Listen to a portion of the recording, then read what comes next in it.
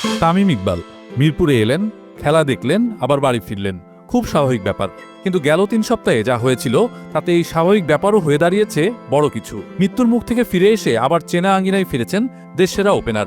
তা স্বস্তি দিচ্ছে ক্রিকেট ভক্তদের। মিরপুরে বড় ভাই নাফিস ইকবালকে সঙ্গে নিয়ে যান তামিম। দুজনের সঙ্গে সেলফি তুলে সামাজিক যোগাযোগ মাধ্যম ফেসবুকে সেটি প্রকাশ করেন দুজনের সাবেক সতীর্থ শাহরিয়ার নাফিস। ছবির ক্যাপশনে বোঝা যায় এই ফিরে আসা তার কাছে কতটা বিশেষ।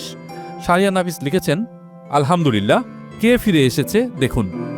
গেল ২৪শে মার্চ হার্ট অ্যাটাক করা তামিম বেঁচে ফিরবেন সেটি ছিল অনিশ্চিত। সাভার ও ঢাকায় সর্বোচ্চ চিকিৎসা শেষে গেল সপ্তাহে তামিম যান সিঙ্গাপুর। আরেকটু উন্নত সেবা কিংবা চিন্তামুক্ত হতেই তার এই বিদেশ যাত্রা। দেশে ফিরেই ছুটলেন মিরপুর শেরেবাংলা জাতীয় স্টেডিয়ামে। ঢাকা প্রিমিয়ার লিগে শনিবার ১২ এপ্রিল মোহামেডান ও আবাহনীর ম্যাচ দেখতে গিয়েছিলেন তামিম। তার দল মোহামেডান ৯ বছর পর হারিয়েছে আবাহনীকে। খেলতে না পারলেও তা নিশ্চয়ই তামিমের জন্য আনন্দের উপলক্ষ এনে দিয়েছে। সব মিলিয়ে তামিমের ফেরা তার পরিবারের জন্য যতটা আনন্দের, ভক্তদের জন্যও ততটাই।